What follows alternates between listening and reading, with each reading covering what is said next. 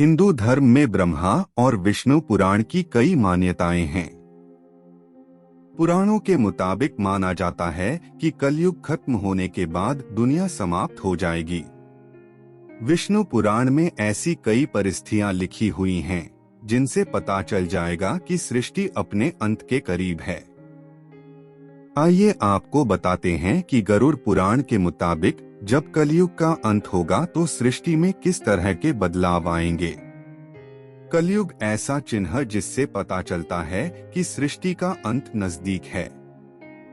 हिंदू धर्म के मुताबिक जीवन चक्र 4 अवधियों में चलता है: सतयुग, त्रेतायुग, द्वापर युग और कलयुग।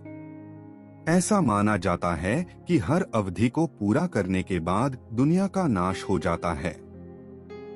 कर्म धर्म का तराजू। इसके अनुसार हर युग में धर्म और कर्म की पवित्रता खत्म होती जाती है।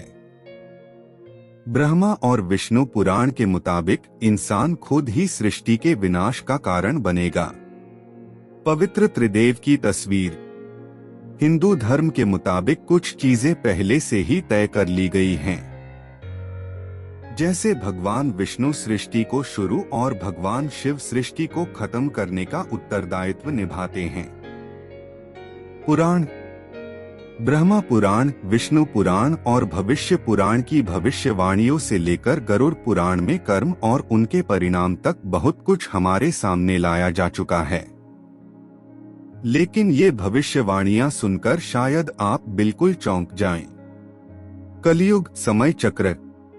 बताया जाता है कि कलयुग सबसे आखिरी युग है, इसलिए हमें अपने सभी कर्मों का फल इसी युग में भुगतने पड़ेंगे। जब कलयुग की समाप्ति होगी तो निश्चित रूप से चौंकाने वाली चीजें धरती पर घटित हो रही होंगी। बेमौसम बारिश, आंधी तूफान, जल संकट, ये सब इसका संकेत भी हैं। जीवन काल छोटा होगा। इसके अनुसार जैसे जैसे कलयुग अंत की ओर बढ़ेगा, मनुष्य का जीवन काल घटकर मात्र 12 साल तक रह जाएगा और शरीर 4 इंच सिकुड़ जाएगा। कल्कि का अवतार होगा। ब्रह्मा और विष्णु पुराण में ये भी लिखा हुआ है कि एक वक्त ऐसा आएगा जब ये सृष्टि नफरत और भयानक कृत्यों में लिप्त हो जाएगी। हर तरफ बस युद्ध का माहौल होगा। तब पृथ्वी पर भगवान विष्णु कल्कि का अवतार लेकर जन्म लेंगे। भावनाएं मर जाएंगी।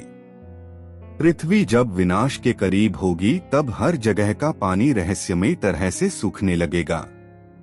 इसके अलावा किसी के भीतर भावनाएं नहीं रह जाएगी। माँ, बाप, गुरु, किसी के लिए भी मनुष्य के दिल में कोई भावना नहीं रहेगी। पैसे का मोह बढ़ जाएगा। लोगों के लिए पैसा इतना जरूरी हो जाएगा कि उसके लिए वो किसी का भी खून करने को तैयार हो जाएगा। गंगा नदी उल्टी बहेगी। कलयुग के 5000 साल बाद पवित्र गंगा नदी उल्टी बहने लगेगी और वापस बैकुंठ लौट जाएगी। माना जाता है कि कलयुग के 10,000 साल बाद सभी देवी देवता पृथ्वी का पवित्र स्थान छोड़कर जाने लगेंगे। धरती बंजर हो जाएगी। कलयुग का अंत आते आते पृथ्वी पूरी तरह बंजर हो जाएगी। ना धरती पर फिर कोई फसल उग पाएगी और ना ही फूलों से धरती लहलहा पाएगी। पृथ्वी पर रहने वाले जीव जंतु तक निर्जीव हो जाएंगे। मानवता नष्ट हो जाएगी। कलयुग के 20,000 साल बाद मानवता की निर्मम हत्या होने लगेगी। पैसे और सत्ता के लिए माँ बेटे तक एक दूसरे के विनाश का कारण बनने लगेंगे। सभी एक दूसरे के खून के प्यासे हो जाएंगे।